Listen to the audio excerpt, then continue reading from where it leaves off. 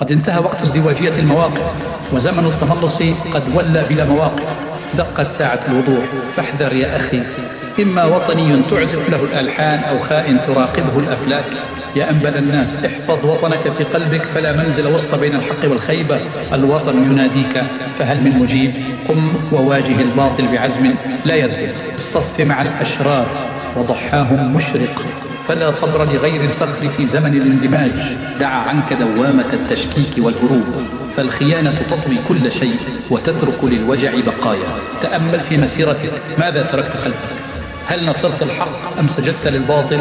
الوقت الآن، حان وقت الاختيار، فإما أنت فخر في زمن الخيانة أو تعيش في العدل. لقد أكدت الأفعال ما كانت تجول في الصدر، فالوطن أغلى من الكلام ومن المعدن. ومهما طالت ليالي الخروج عن المبادئ فالصبح آت، ومكان الخونة سيكون كئيب. حافظ على وطنك، لا مكان للخونة. قد ولى زمن التهرب والتقلب الساكن، فلنقف جميعا دعما للحق بقلوب صادقة. هكذا تبنى الأوطان، وهكذا يكون العرش عاليا.